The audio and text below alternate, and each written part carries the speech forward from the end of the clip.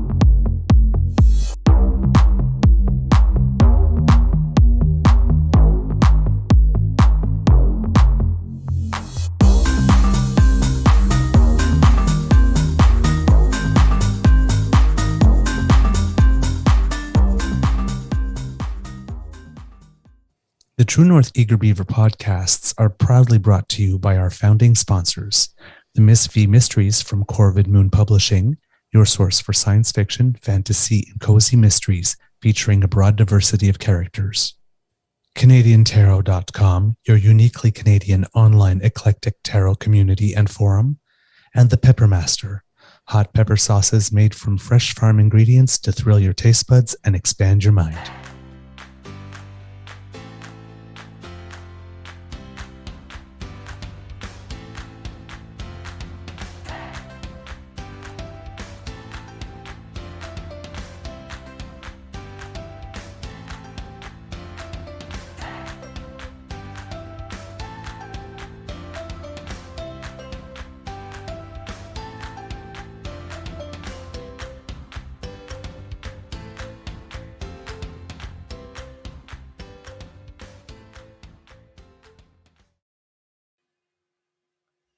Well, good morning and hello, kids and cubs, and welcome to Season 3 and episode number 160 of the Daily Beaver Morning Show here on the Crier Media Network. Today, recording day is Tuesday, July 11th, 2023, and it looks like it's going to be a bright day here. Beautiful sunshine here at the Beaver Lodge. I'm your host, the Eager Beaver, pronouns he, him, hey, Mr. Beaver, hey. And with me, as always, is my dear friend, Mr. Grizzly. Thank you, kits, by the way, who are watching live for your patience. Mr. Grizzly, what was the word you used? Skronkly. Yeah. I'm not exactly 100% sure what it means. Mr. Grizzly kind of explained it to me, but I think it's happening at both ends today. Well, Skronkly means disheveled, askew, messed up, out of sorts, confused. It's all of the above. Skronkly. Yeah. Let's just say when you're starting a car and goes, that's about me this morning. It's kind of not happening. It will, though, throughout the show because, of course, we have the kids. We'll get there. They give us energy. Of course, a big thank you goes to our podcast's founding sponsors, the Peppermaster, the Miss V Mysteries from Corvid Moon Publishing and CanadianTarot.com. We have I guess technically it doesn't have to be a nibble because Mr. Grizzly's on vacation, but probably a nibble because we've got stuff to do. Of course, later on today, we'll be recording some shows for next week. So we've got a big day here at the Beaver Lodge. So this one might be a nibble. Yeah, definitely a nibble. Well, yeah. I've got about 60 minutes this morning, and then we got other stuff we have to get to. So yeah, it's a nibble. It's a nibble. All right there, Mr. Grizzly. By the way, good morning, and how's your mental health today? Good morning. Skronkly. Other than the Skronkly, the mental health, little off today. A little off today. I don't want to get into it. It's off. That's all. I'll leave it at that. Sometimes we just need our privacy while we sort through our brain stuff, and that's what I got to do. Yep. Yeah, I was off too yesterday. It was kind of weird. It's and today, but today's in a different way. Yesterday it was a gorgeous day, and in the end, I mean, it was cloudy, but it was gorgeous. And I was thinking, like, I've got all day. I can go play tennis. Mm. And Lord knows I love the sport. And I was just like, nope. Body says take a day off. Nope. That happens. Yep. And it wasn't like, oh my God, I'm in pain or anything. It's just sort of like the last few matches I played, I've been playing hard, and I mean, I've had progress, right? I was looking at it, my last in the last 15 matches, the first 7, I won 7 games Yeah. Okay. total. Yeah. My last 8, I won 23 What? games. How do you win 1-0, 23 in 2-0 8 games. sets? Eight. Yeah. That's Matches. games. Right. Yeah. Yeah. I hadn't won a set Yeah. or a match. So, but I won only 7 games in those 7, and now 23, and won 1 match. Right. So it's it's the progress is happening, but there used to be a group of players around my level that I used to play with, but a lot of them have moved on. So Mhm. now I'm always playing against people much better than me. So there are times I'm playing, I just feel like target practice. Well, that's how you get better, though, right? Yeah. You don't improve by playing against opponents that are of lesser skill sets. You only improve when you Yeah, not improve. lesser, but equal, right? Equal, So, right? and we were all improving. So right. So, but I had people that were slightly better than me that were sort of like my test to see how much I was improving. But Mm. now I'm like, the other day I played a guy and he served, and like during the warm up, and I returned it, and it's like my hand. It's like, holy crake! I mean, I finally just stood back further and found a way. Like, listen, I was actually making the returns. I was sitting there like, how the heck am I doing this? But that first one was like, I'm in trouble. Sometimes you got to remind people that when you're warming up, number one, we're not trying to hurt each other, and number two, we paid money to be here, not the other way around. Yeah. It's as a goaltender in hockey, I'd get on the ice and people would start, I'd do my stretches, and I'm like, okay, shoot some pucks at me to get, so I can feel it and get into it. And there's always the one idiot who just Yep. winds up, and I just step out of the way. He goes, "What'd you do?" If you hurt me in the warm up, I can't play the game. Yeah. I paid money to be here. Number one. Number two, I have to work in the morning. Mhm. Settle down. Yeah. But no, I mean, this is a bit malicious. It's just how hard he serves. I mean, the whole match he served that hard, right? So I mean, you don't start your warm up not. It's not malicious. He just thinks he's a pro, is what I'm getting at. But he is, because trust me. Thinks he's on the pro tour. What I'm trying to relate to is like guys that I play hockey with that wind up a slap shot in the warm up. That's they just think they're going to make the NHL, right? Those guys. Yeah, but that's just a dick move, because I mean, it's like, you don't need to warm up your slap shot. No, that's not the shot you're going to use all the time. Your serve in tennis, you kind of. I guess a shot, right? Yeah. So that's what I mean. It's a whole different thing, but it was just like, because there's one time last year I played a guy that served hard like this, but it was different. Like they kept on hitting like a thud, but this one like zipped, like skipped off and zipped hard, and was just like, whoa, okay, I need to hold my racket tighter here. This is new. Apparently. So, but the fact I lost 8-0. But I actually had rallies, like 10, 15 shot rallies. Like I played with this guy. I wasn't just target practice. So it's like, kind of, wow, I can do that. I've never been in that situation, so I didn't know. So it's it's pretty good. But yeah, my body was just like, no, not today. You need a day off. So yeah, and then today it was just like you say, Skronkly, just a little crusty. Skronkly. I think you can even hear it in my voice a little bit. There's a little more gravel and stuff, right? That's Bridget's word, by the way. She coined that term, Skronkly. Good stuff. All right, Mr. Grizzly, do you have anything to open? Yes, I do. All right. From the pretend cowboy. Okay, we'll just watch this, and it's what it is, and here we go. Will ban all of my ministers and top government officials from any involvement in the World Economic Forum. There will be no more mandates, no central bank digital currency, no mandated digital ID. As I said at the outset, you heard the introduction from my wife. And you might be thinking, when she stands next to me, what's she doing with him? Yeah. No, but seriously, we will ban all of my ministers and top government officials. Like,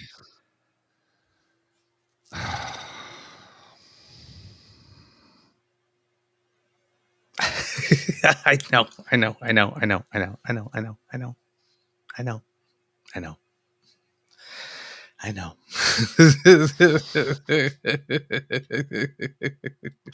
I just shake my head and go, how does this man have a job in politics?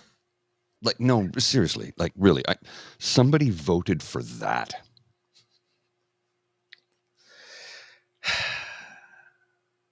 He's very good at what he does.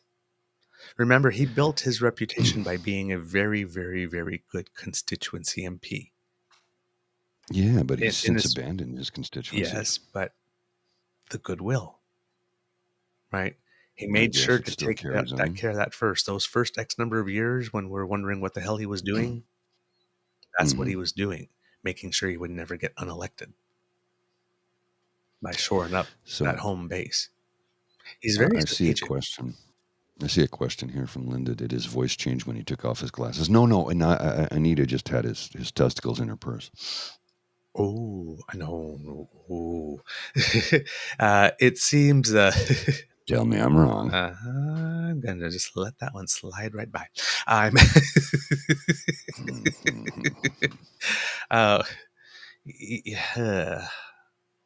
Yeah. All right. All hat, no cattle. Right. And yesterday, of course, the big thing was the photo. Yeah, the T-shirt. Right. This one here. Let me see. The photo and the T-shirt.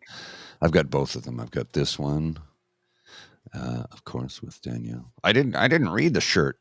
Well, there's a photo of you talking to him face to face. He's in a lime green shirt. How do you not notice that? Like there's the photo. She's talking to him. Yeah, but I didn't read it. Yeah, there's a tweet there that came back. I wish I could find it, but it's like, yeah, like totally not. That shirt is totally blendy-endy. Yeah. Everybody's wearing white and blue around him, and he's wearing a lime green shirt with black lettering. Totally missed that completely. Right. And the thing is that, well, here you go, Mr. Grizzly. I'm going to give you a little thing here. You got an asset for me? Okay. We might need to blow that up a bit. Yeah, I'll need to blow that up. But here we have, because eventually, of course, Skippy. This came out, right? Yeah. Because at first it was just Danielle for about like the first half of the day. And then eventually this one came out. Of course, this guy now, the future's so bright, he's got to wear shades. And then, when did Skippy change his hat? I don't know. Then we got this, from of white course. to black. Right. Yeah. The premier didn't read his shirt and obviously doesn't agree with its message. She has always been clear that she supports the LGBTQ plus community and will continue our work to make sure they feel safe in our province. Now, as you mentioned on yesterday's show, right, she did make a statement of support that sent Christine Anderson going, oh, we lost another one. So on LGBTQ issues, I don't know Danielle Smith's history well enough to know where she stands. So I'm not going to assume. I will take her word for it here. But optics. But wait, there's more. Of course, there's always more. Wait, there's more. Right. So there's something coming from our friend Nate Pike. But there's something coming. So we have this. We have her with him. But there's also the back of the shirt, right? Good people disobey bad laws. So she didn't see the front of the shirt, nor did she see the back of the shirt. I guess. Or is this a case of, well, I mean, I'm sure she believes she's a good person, and I'm sure she believed that when she took that call from Arthur Pulowski, Mm-hmm. that she was disobeying a bad law. Uh-huh. It's all suspect behavior. Just like they're all making this big stink now, right? Like, because the CBC published the retraction, look at them try to influence the election. 2,500 votes could have swung it the other way. Yeah, but maybe it's the fact that the ethics commissioner on the day of the debate said that she actually broke the frickin' law. And the fact that the CBC got the fact wrong, that the staffer actually communicated with the prosecutor's office, even though she did say on video, like twice at least, that she had communicated with the prosecutor's office. She's the one that made the mistake first. She's the one that said it. Mm-hmm. So it's like, but now they're going, vindication, and look, that could have swung the election, and interference. It's like, really? And she still broke the law. She still broke the law. And like in a major way. Still way worse than SNC Lavalin. Mm-hmm. Still way worse. This guy, again, mischief, potentially causing bodily harm or death. Maximum sentence, life in prison.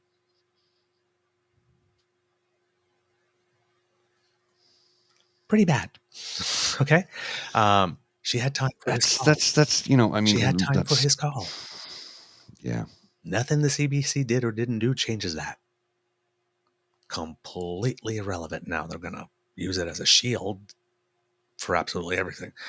They got this one thing wrong. You can't trust the media. Blah, blah, blah. And they're all, she's pure as driven snow.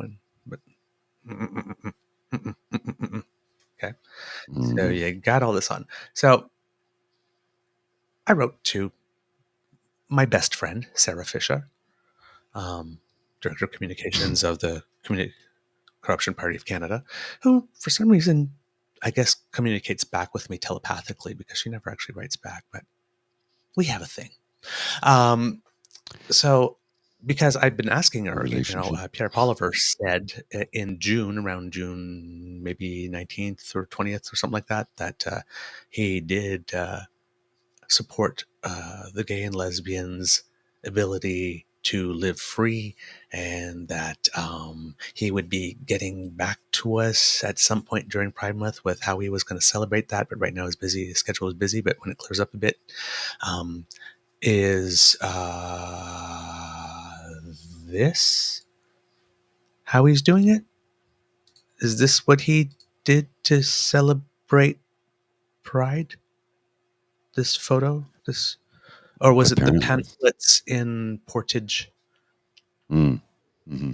Talking with, about how Maxime Bernier marched in Pride, and yeah. Because those are the only two things I've seen him do relative to our community ever since he said he believes in it and wants to celebrate the fact that we are allowed to live in freedom like everybody else. But he keeps doing stuff like this. Yeah. Oh, and pushing for that Braden guy to get elected in Portage because he actually went there and campaigned for him, even though he supports conversion therapy. I'm going to bite. Those are the three things he's done, actually. And and the fourth thing, actually, he had actually nothing to say about Mr. Higgs. Oh yeah. So that's 4. Because when bad people and he's are still doing not bad commented things, on the Waterloo incident. Yeah. All of a sudden, that's a lot of things. A lot of things. Just saying. But they'll go back to the well, the blackface well. They'll do that, right? Right away. Mm-hmm.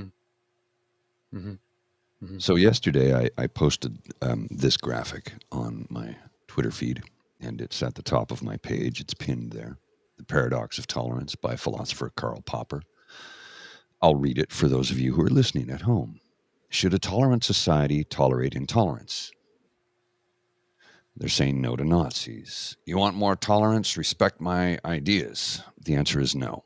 It's a paradox, but unlimited tolerance can lead to the extinction of tolerance. When we extend tolerance to those who are openly intolerant, let's give them a chance. The tolerant ones end up being destroyed, and tolerance with them. Any movement that preaches intolerance and persecution must be outside of the law. It's paradoxical, as it may seem. Defending tolerance requires to not tolerate the intolerance or intolerant. So I put that up yesterday on the Twitter in response to Adam Van Couverden's statement on the Globe and Mail column about Skippy taking that photo with that dude. And some of the responses, comic talks about tolerance, not about homophobia. What? Jesus Christ. You read at a third grade level. You don't understand what it... Then I got this one. You're so close. You've just mixed up the people. You're the garbage that needs to be tossed. Because I refuse to tolerate the intolerant? You're telling us that you are a homophobe. Good to know. So we shouldn't be tolerant of people that are proud of their sexuality. Sailed right over your head, that did. Reread it until you understand it. This one, this guy tried to be cute and write, your GHEY meme, your gay meme, doesn't actually apply to the question that was presented. Your reading comprehension is at a third grade level. Reread it until you understand it. And then this guy, Happy Oilman, LOL. Look, pronouns. Funny thing, Paul. You wouldn't be here otherwise. Troll on Groomer. Show me on the doll where the pronoun hurt you. And he's calling me a groomer again. So this person, Happy Oilman 123, at Happy Oilman 123 on Twitter. Folks, if you wanna, no. We're not gonna pile on. We're not gonna pile on. I was going to say, if you want to stroll his timeline and just read what he has to say, feel free to report him if you feel that's a necessity. That's all. I'm not asking anybody to pile on or bully. I don't want that. Stroll through his timeline, and if you feel he needs to be reported for hatred, feel free to do so. Mm-hmm. Yeah. Us, it was for me. It was that Cheryl R. Said, "I'm sick and tired of liberals' divisive and hateful tactics. If someone is displaying a straight pride T-shirt is a homophobe or just wrong, then logically, someone displaying an LGBTQ pride emblem shirt flag is a heterophobe or just wrong." It's like, no. So that's it. Online literacy, how to argue 101. Logically is totally misused in that tweet above. There is logic, true premise, plus true premise, and a conclusion that flows naturally. Then there's sophistry. Ad hominem attacks, appeal to emotion, false equivalency, which is what was used here. Sophistry tricks you into thinking logic was used. For example, true premise, elephants have big ears. True premise, you have big ears. False conclusion, you are an elephant. The trick, there has to be more than just one thing in common for two things to be the same. But you see this a lot, right? Oh, these two have these things in common. They're exactly the same. Liberal, Tory, same old story. For example, because they're both right. Of the most left, they're exactly the same. Right? That's how we got Trump. Mm-hmm. Because the extreme left thought that Hillary was the same as Trump. Hillary wouldn't have appointed 3 Supreme Court justices that would have turned back abortion. Just saying.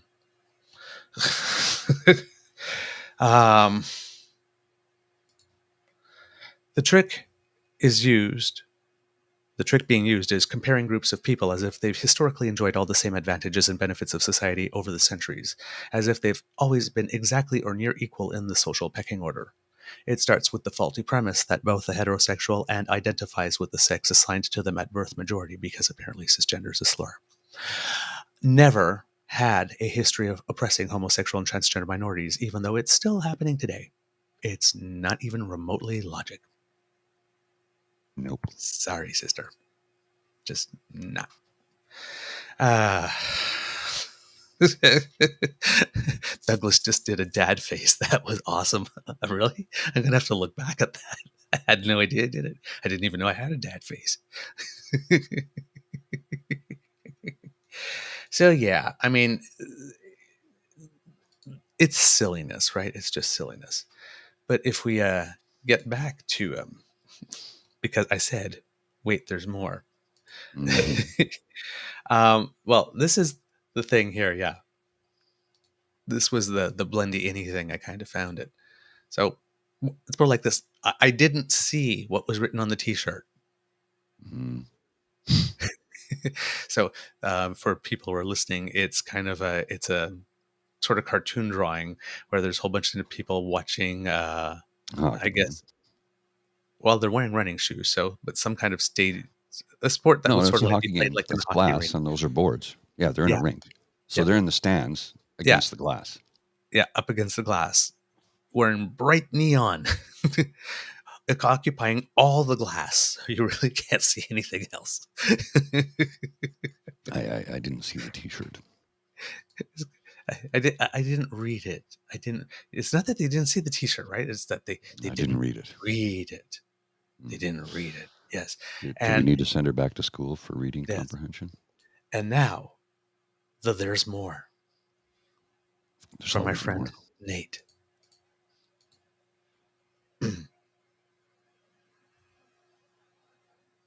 Oh, I'm going to blow that up a little bit there. From the DMs, we're told the primary person staffing Smith on the day of the very bad photo was none other than the Director of Strategic Engagement for the Office of the Premier.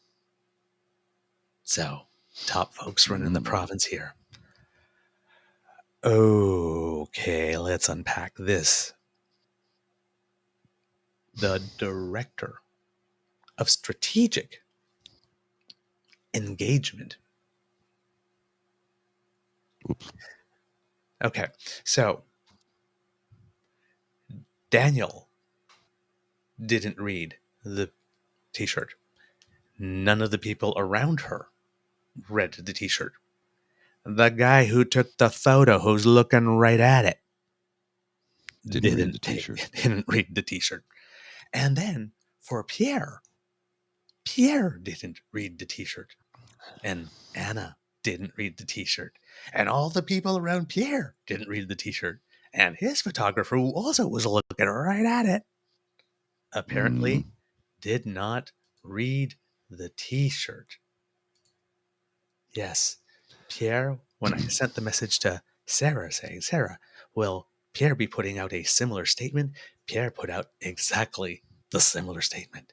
I did not read the t-shirt. There's a little rumors list where, like, I got swarmed by thousands of people and I just don't, and I take photos with hundreds of people, right? The same thing they use all the time, right? Like this, I just, okay. Why is it only ever conservatives that do that, though? This shit keeps happening because we keep on letting them say, I didn't read the t-shirt. And then saying, I didn't read the t-shirt, but I took the photo and the photo circulated and all the people with whom I'm trying to do strategic engagement saw the photo.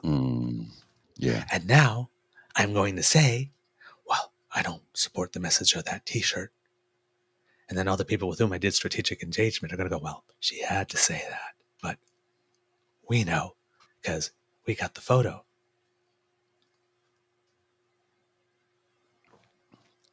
They're just really bad at this, aren't they? No, they're really good at this. Oh, they're really good at being bad. Uh-huh. Yeah, because they continue to get away with it, and they're never held to task. They know all they need to do is go in front of the camera and say, oh, I didn't read it and I don't support it. And they won't lose anything from the base because they know that that's how the game is played, and everybody else just moves on. They're doing, what was it, the Rex Humbard? Was it Rex Humbard? No, Jimmy Swaggart. I have sinned. Mm-hmm. You remember that? Yeah. those of you who are in the chat who are old enough to remember who that guy is in that moment. And then there was the other guy. It's like, if you don't send me $10 million, God is going to come and get me. Was that Oral Roberts? That might have been Oral Roberts. I don't remember who did that one, but I just it's like, really? It's like, can we pay God 11 million? There's an Oral Roberts joke that I want to tell you, but it's too early in the morning, so I'm not going to. That's more of a casual Friday story. Gotcha. But it's a good one. I'll tell you when we go. Write it down. Oh, kid. Oral Roberts is my porn name. That's James, right? Yeah, you know that's James, right? Just by the tone, right? Yeah, I'm just pulling up the chat now. Of course it is. Of course it is. I'm gonna type out the joke for you in the chat here. Okay. Now here's the but wait, there's more part. So, oh yeah, I did say that it's the director of strategic engagement. So, you have all these people didn't see it. They put out the same denial, right? You get the, oh my God. That's why I'm not going to tell the joke. It's good though, right? It's a good one. Oh my. Yeah, PC Bio knows what the joke is. Yeah, you know the joke, right? Yeah. Okay. Yeah. I'm not gonna. No. Sorry, he doesn't know the joke. He's responding to Kit James again. James. Yeah. Oral Bob, they call me. I'm not going to tell the joke. I really want to, but it's early in the morning. We can't tell that joke right now. Oral Bob, it's a name and an action. I'm just. And when you have two of them, it's Oral Roberts. That's part of the joke. Part of the joke. Yeah, plural. You get it.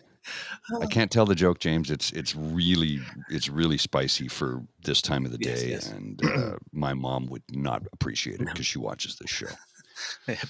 She doesn't watch Casual Fridays, yes. And she doesn't know about it. So she doesn't know. There's some things I just there's some things I just don't want to. She does now.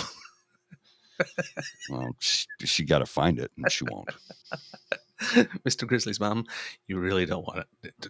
Nope. Trust me, I'm looking out for you. Don't look into the box.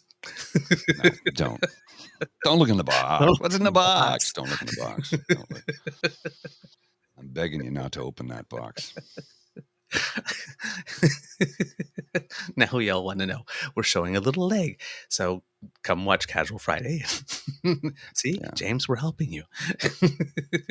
I don't even know what part of the country I'll be in on Casual Friday. I'll pop in, but I'll be somewhere. I just don't know where at the time. Nova Scotia or New Brunswick, maybe even Newfoundland by that point. I'm not sure yet. I'm not sure. Mm-hmm.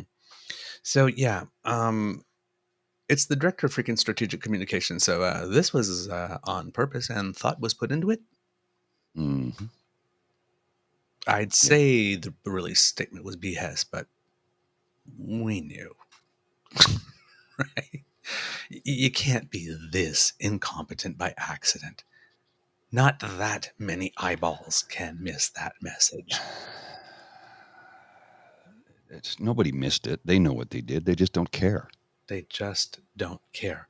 And which brings me to a tweet from a man. I saw it this morning before we came on, and it was like, just great. It's at Derek Annister in Criminal Law. And I guess he's a very savvy marketer because he put his law number office in his handle. The communication guy says, props, dude. Way to get some free advertising.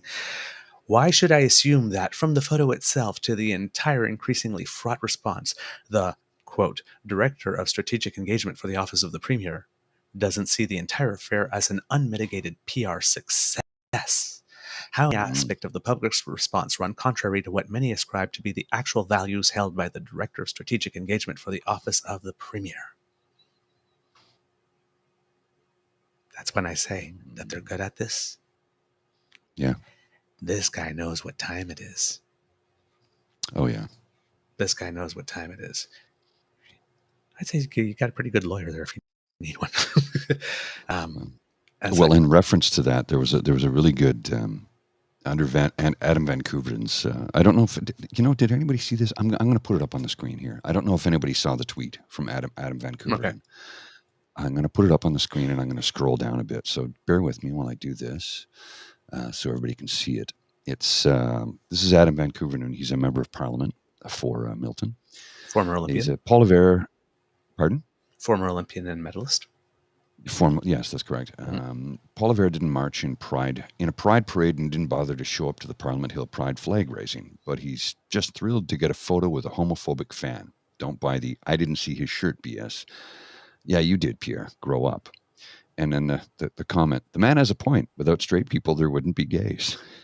Mm-hmm. I made the point on the show the other day, right? Yeah. If you're tired of seeing us, stop making us. Keep it in your pants. Stop making us. Give up sex. And yet they don't. No, I didn't. Yes, you did. Yeah. Yes, you did. This is your listen, people. Like this. If there are any of you who happen to be hate watching the show, yeah. Okay. Go ahead. The only way for you to live in a world without gay people is for you to stop having sex, or at least unprotected sex. Right. Got to stop. That's the only way. Yeah, just stop producing children. Yeah. Because guess what? Again, how many gay men have donated sperm? Well, hundreds, thousands, millions. I don't know. Yeah. And not to mention the fact that. And somebody else said how many people, how many gay people back in the day have get me to the church on time? Yeah. Who got married? And let's not had kids. Let's not forget that lesbians can bear children. Mm-hmm. Right. Well, there you go. And here's the thing to this comment, Ellen. He says, I know a gay man who fathered 2 children. I know a number of gay men that were married and closeted for decades that have 3, 4, 5 kids. Yeah, they get me to the church on time. Yeah. That's what we called it back in the day. Actually, a friend of mine here in town is a doctor. And he was married for 35 years. Has grandchildren. Mm-hmm.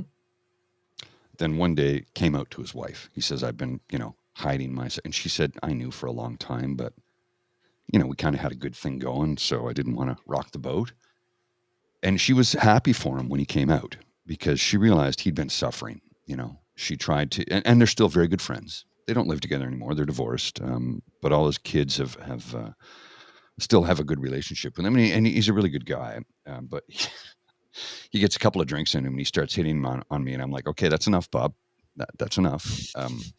You're crossing the line now. Okay. And my other buddy was like, okay, I got to take him home. I'm like, yeah, please do. Cause he's like, no, Paul, that's not cool. That's not cool. He's become the greasy old man. He's become the creepy, creepy, right? Yeah. But again, I get along with him. I bump into him every now and then. I see him. He's a nice guy. But the thing is that you have to understand at that age, because I have a friend like that. His name is Jack. I met him. Coolest person I ever met. He was 69 when I met him. He was a tour bus driver for rock bands. Oh, wow. Holy shit. Not old. Right. And not old. Right. Right. He was driving some 41 at one point. Right. So he said, they're really, really nice boys, by the way. Really. He said he always loved driving Canadian bands, even if they were like rockers and whatnot. They were always like super nice.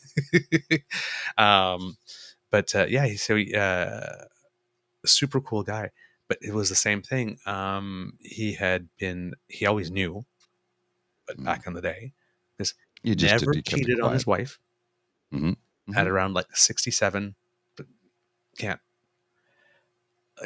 This guy. The thing is that when you come out at 67, you're a teenager.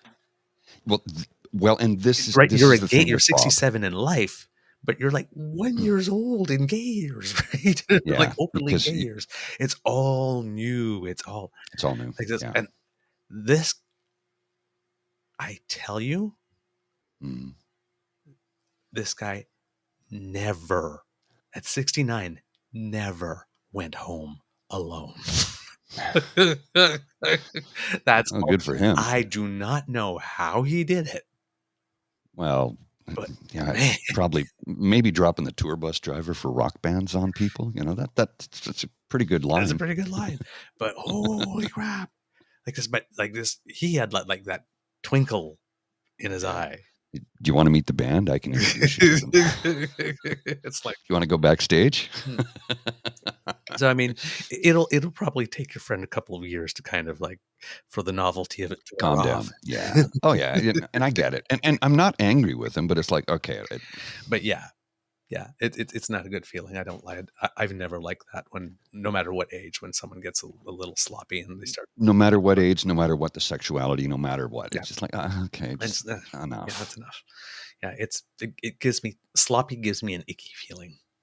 Oh, and I'd be the first one to say I've been sloppy. Mhm. I have. To say otherwise would be a lie. Mhm. I've been sloppy when I was younger and stupid and didn't have control of my thoughts. I just let it. And now it's like, I think I'm getting sloppy. I'm going to go home. Mhm. Now I recognize it, right? Yep. 20 years ago wasn't necessarily the same. 20 years ago. Yeah, exactly. Exactly. I wasn't handsy, but I could see where my brain was going. So it's like, let's just extricate myself from this particular place that I am right now, so that I don't do something bad. You know, I don't want to be that guy. No, never be that guy. Nobody likes that guy. Kit James is stirring the pot in the chat here. Oh yeah. Do more. You guys named Bob. I approve. We're getting close to the hour. We haven't delivered much news, have we? It's been busy. Well, I mean, there is news. I mean, this whole thing, right, is coffee. It's cheaper than a defense attorney. Okay, let me try to get a couple of tidbits here in the last few minutes for you kids. Okay, at the NATO Summit, which is kind of the big international thing. Yes, is it in Lithuania? Yeah, right now? in Vilnius, Lithuania. Let me see. There we go. All right. So, as I mentioned yesterday, the Prime Minister stopped in Riga, Latvia first to visit our largest international mission, where we're heading a tactical group of 11 nations based there, and we're the leader of the multinational battle group. NATO ordered all their battalions all their battle groups to become full battalions. So this one here needs to grow to a size of 4,300 members. And speaking of NATO, are you going to go there with Sweden? Yeah, I'm going there. Yep. Okay. So the Prime Minister has announced that Canada will greater than double the size of our contribution to the NATO reassurance mission in Latvia. 1,200 military personnel will be added to our contingent, making it such that eventually 2,200 Canadians will be serving, and that's more than 50% of the 4,300 needed to form the full battalion. There's been no word yet from the 10 other nations whether or not they'll be making a contribution yet, but since Canada seems to be setting the tone by leading like this, and by more than doubling, that will certainly serve as an incentive for the other contributions to hopefully be sizable so that they can get to 4,300. The Prime Minister said, "This is the way forward in modern defense. Almost a dozen countries from across NATO are cooperating, training, and working alongside each other. It is predicted it will take about 3 years to ramp this contribution, and about $2.6 billion of additional funding over $2.6 billion of funding over 3 years, of which $1.4 billion was announced in the 2022 budget. So we added $1.2 billion more to the commitment. The Prime Minister said, "This is Canada's largest overseas mission, and we are here because European security is important to Canadian security." So this was at a meeting called Camp Adachi, which is just outside Riga. The Prime Minister of Latvia, Kristians Kariņš, said, "Our relationship between our countries is good and is better than it has ever been." Meanwhile, one of the reasons this is important is Germany in particular has been a little critical of Canada with the speed of it, because in Lithuania, where the NATO Summit is being held. Germany and UK are leading the mission over there. Now, Germany and UK, bigger countries, bigger economies, together are leading that mission. We alone are leading the other one. So, let's temper it a bit, right? But Germany offered to permanently place 4,000 troops in Lithuania, just like that. And well, I know the recruiting numbers in Canada are really low right now, Yeah. and they're trying to get more people to sign up. That's a bit of an issue at the moment. But none of the 8 missions yet have fully upgraded to battalion status. But there has been, according to Sean Monaghan from the Center for Strategic and International Studies in Washington, all across the board, there's been a strategic and notable increase in exercises. So it's not like preparations aren't being done just because the full battalion isn't set yet. They're working with what they have. The Prime Minister then moved on to the actual NATO Summit for 2 days in Vilnius, Lithuania, and it's being described as the most significant NATO Summit in years, mainly because they are discussing Sweden's accession to NATO, and they're also discussing Ukraine's accession to NATO, and getting a status report on how all these on the move to forming battalions is happening as well. Well, I was really surprised to see Turkey turn around, and because they were against Sweden entering NATO. That's Sweden and NATO.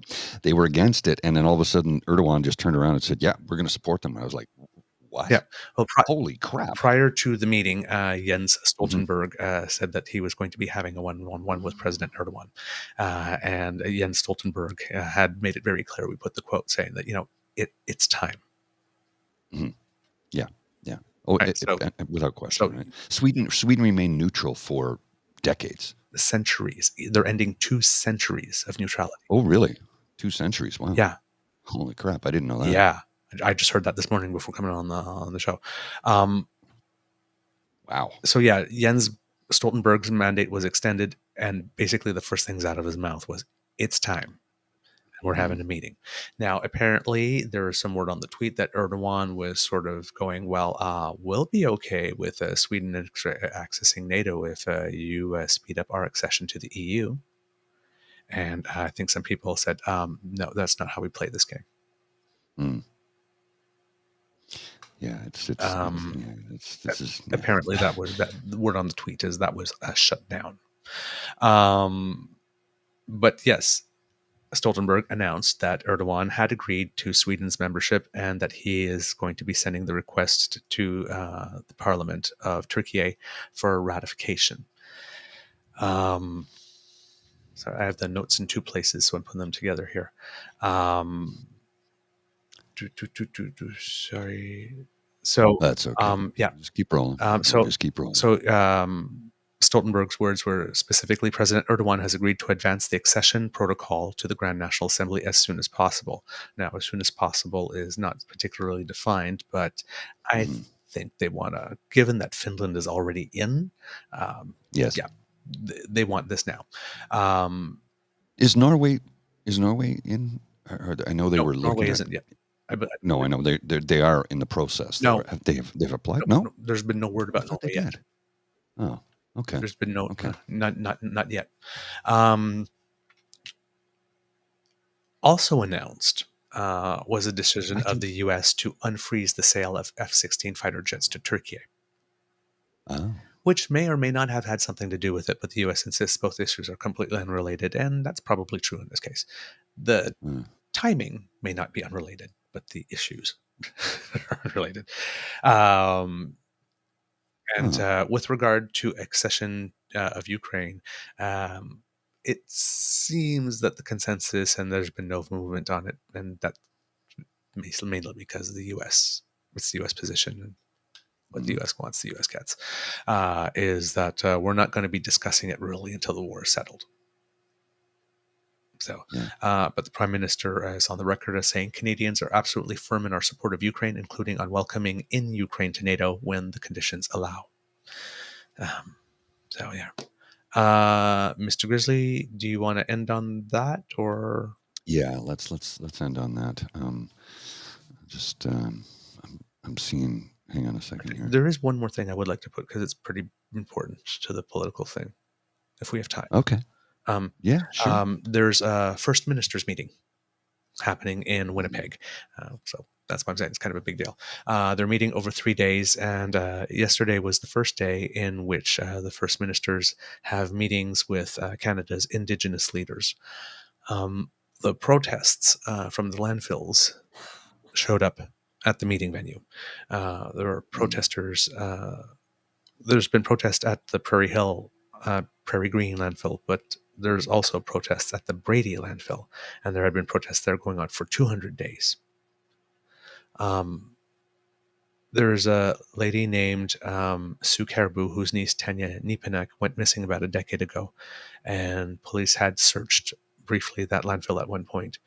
And she was at the protest and saying, "My niece has no voice. I am her voice." Cindy Woodhouse, the Manitoba Regional Chief of the AFN, the Assembly of First Nations, said, "We have to talk to each other, and not talking is not helping." Cassidy Caron, the president of the Métis National Council, for whom, once again, and I will say it every time, I have all the time in the world. She said, with regard to the structure of the meetings, "This is a meeting of premiers and Indigenous leaders prior to the formal meeting of the Council of the Federation. I have 15 minutes on the agenda today to present issues and priorities affecting the Métis Nation. I represent a nation. 15 minutes is simply not enough time." And she says that Indigenous leaders should be a permanent part of the Council of the Federation. So it should be the 10 premiers, the 3 territorial leaders, and then the leaders of the 3 major Indigenous groups. And maybe a representative for Indigenous people off reserve. I don't know. But that should be the structure. I personally can't disagree. If we're dealing nation to nation, it's like the provinces get 3 days, but you get 15 minutes.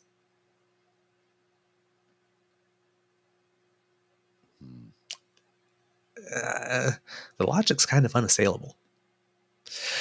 Not all the premiers showed up to the first day. Premier of Alberta and the Premier of Nova Scotia, Danielle Smith and Tim Houston, did not attend the session. Danielle Smith was busy getting photo ops with homophobes.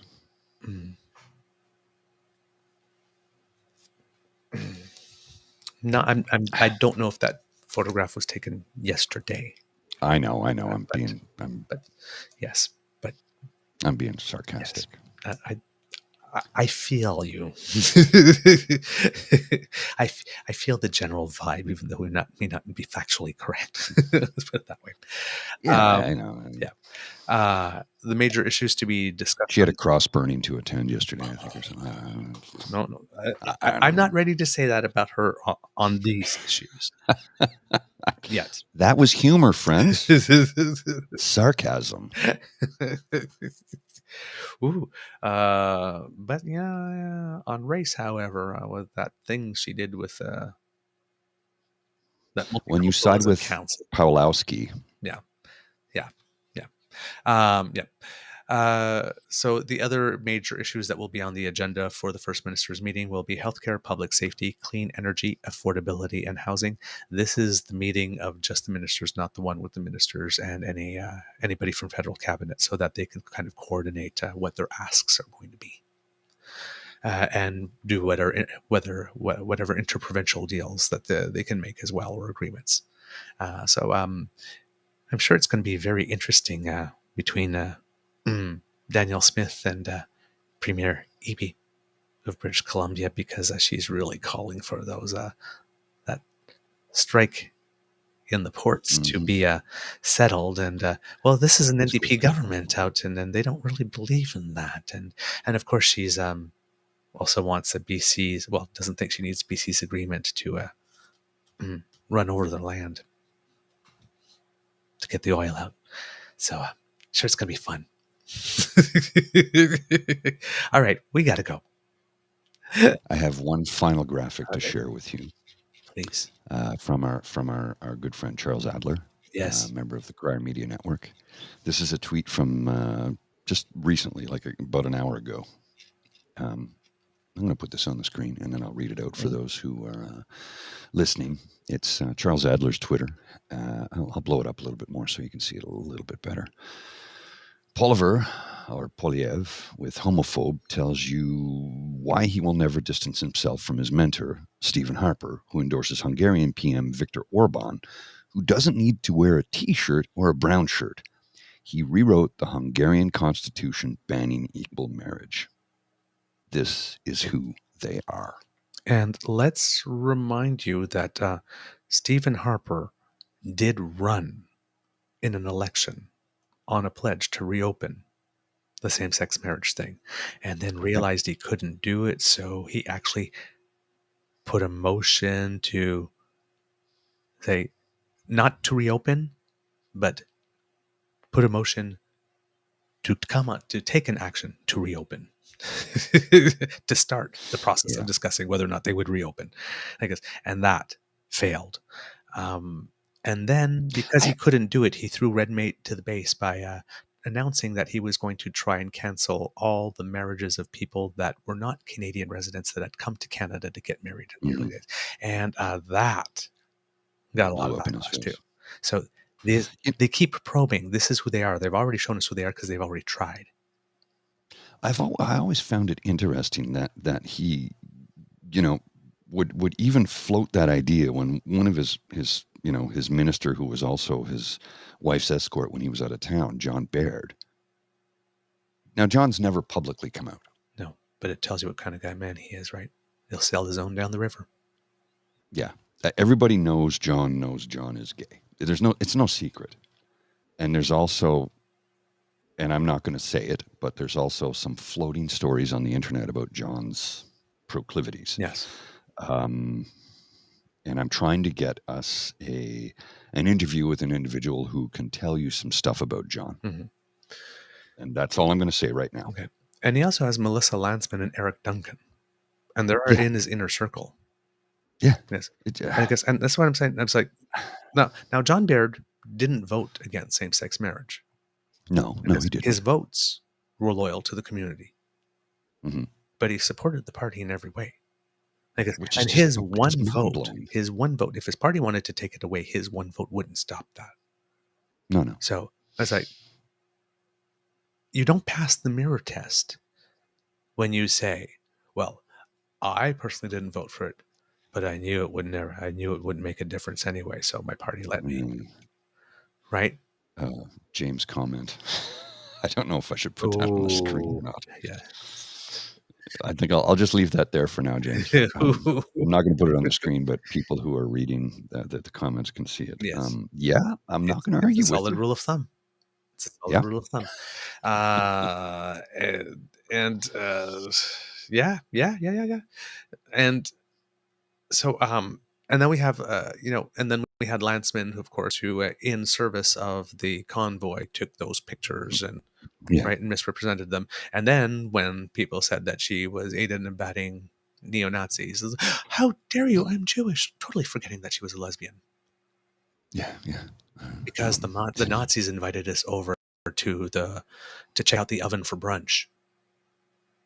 Fucking. Right? She actually played on religion while throwing a whole other side of her identity under the bus that she uses. Right? She trots it out. Whenever it's convenient for everyone, look at me. I'm a lesbian and I'm the co-deputy leader. I'm gonna use a word here that will probably offend some people, but tell me if I'm wrong. Token.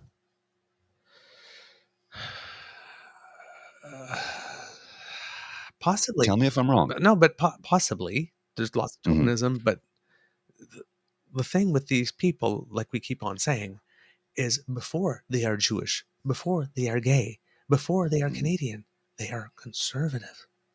Yes, that's the biggest problem.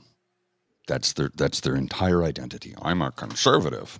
Conservatives will support you, whereas every other politician says Canadians will support you. Every other thing that they are, can be sacrificed. Yeah, for their conservative ideology. But they're not conservative. They're reformers. They're Whatever it is, the fascists. name that they use to brand themselves, it's what they are. Mm-hmm. It's what they are. Right? So when the guy says, like this, do you think that the director of strategic engagement thought that this was an unmitigated PR success? Yes, I believe that this reaction made out plenty of sets of nipples super hard and provoked a couple of wet and moist spots among that circle. Well, they love this. Oh, yeah. Of course they do. They're sitting there at home like,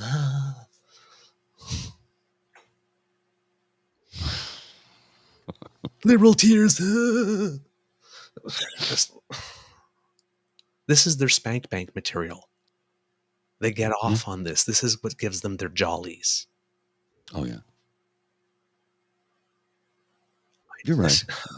You're not wrong. You are dead bang on accurate. That's what we call a bullseye, sir. Nothing but net on that shot. Nothing but net. Swish, swish, bish. All right. Another one in the basket with the lotion. It puts the lotion on its skin or it gets the hose again. You need to be a certain age to know that reference. I'm trying to make it popular again because it's good, right? It's a good one. It's a good one. Oh, man. Kids. That's the end. Here's my favorite graphic of the month. Just my favorite graphic of the month because it makes me chuckle, and I know you'll laugh when I put it on the screen. I'm half full. I'm half empty. I think this is piss. So realists, the only ones who really know what's going on. I think today I was either think it's piss guy. More like, no. This is piss. I've tasted it before. Yeah, unfortunately. Trust me. They serve us this up a lot. No, it's limoncello. Yeah, right. All right. Well, I should do a remix of Crabs in the Bucket. Lotions in the baskets. Crabs in the bucket, lotions in the basket. Oh my god! And James, by the way, thank you for loving my 7 reference and getting it. Yes, Kits. What's in the box? What's the box? And yeah, you too. You got it right away. Well, Kits, that's the end of this episode of the Daily Beaver podcast. As Mr. Grizzly presents the morning pour.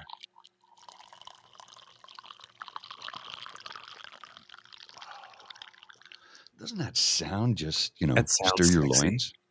It stirs your loins, doesn't it? Stirs my loins. It really does.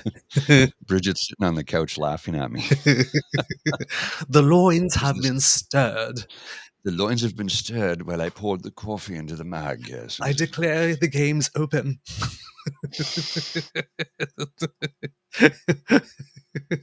The loins have been stirred. I declare the legs open. I'm going to stop you right there. Well, Kits, that's the end of this episode of the Daily Beaver podcast. We hope you love listening to us because we love making this for you. Kits, as he goes, it makes me want to pee. It sounded like peeing. Hey, Kits, Cubs, if ever you have trouble peeing, just listen to the morning pour. Put it on repeat. We'd like to help. Remember that sharing is caring and word of mouth is priceless. Oh my God. Hold on. I need a second. Well, if we're going to be entertaining you in the morning times, you see, we shall do it with a fresh hot mug of coffee, you see, because this is how we entertain you. A fresh hot mug of coffee. And, we sip away. We sip away. Instead of heave away, it's sip away, sip away. Okay. Remember that sharing is caring and word of mouth is priceless. And you have the mouths from whom the word we wish to come out. So let your peeps and your poops know about this. A little refurb on that pour. Oh, okay. Now you're just trying to make me laugh. Yep. Because they love it when I get the giggles. Yep. Oh, yeah. Because democracy is something that you do. If you really like this podcast, you can find us on the Crier Media Network, as well as all Beaver Grizzly friendly platforms. Stars and reviews are greatly appreciated. You know what? The giggles is, I would have loved to have been a famous actor back in the day of the Carol Burnett show and to be on that show. I never would have been able to keep a straight face. Oh, God, no. We love to hear from you. Reach us on our Facebook at True North Eager Beaver, our Twitter feed at True Eager, or by email via truenortheagerbeaver@gmail.com. You can subscribe to us via our pod page, podpage.com, the True North Eager Beaver. And why not also subscribe to our True North Eager Beaver Media Incorporated YouTube channel? That helps us out big time. Make like Kit Elaine and smash those boutons. Yes. Like and subscribe. Like and subscribe.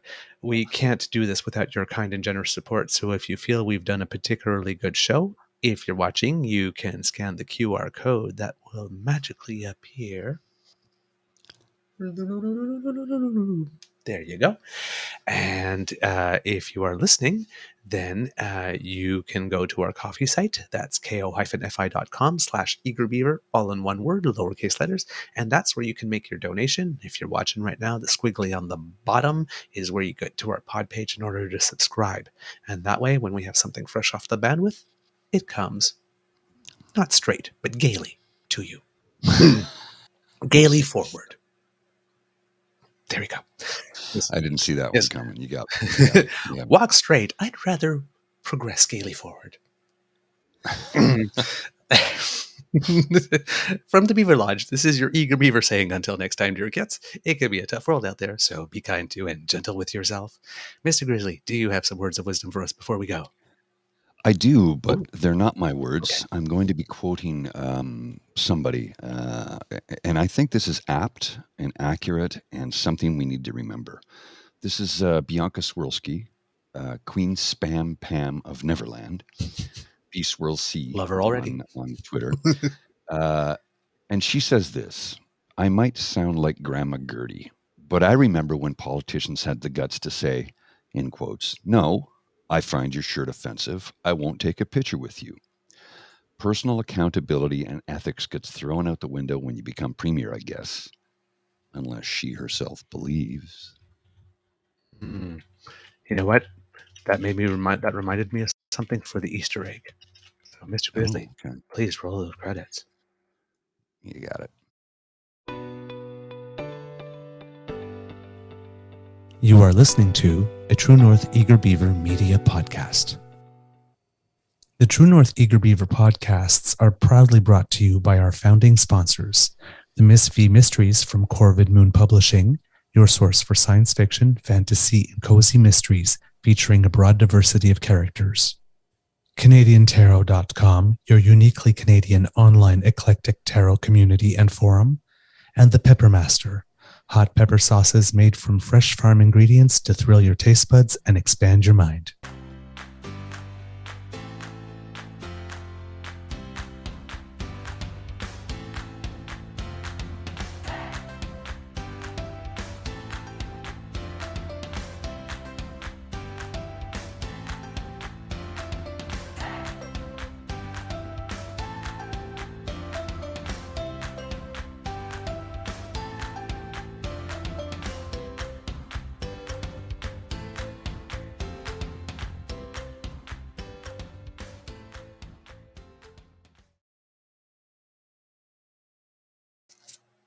All right, Mr. Grizzly, for the Easter egg, because what you said before made me think of this, and I actually didn't have one.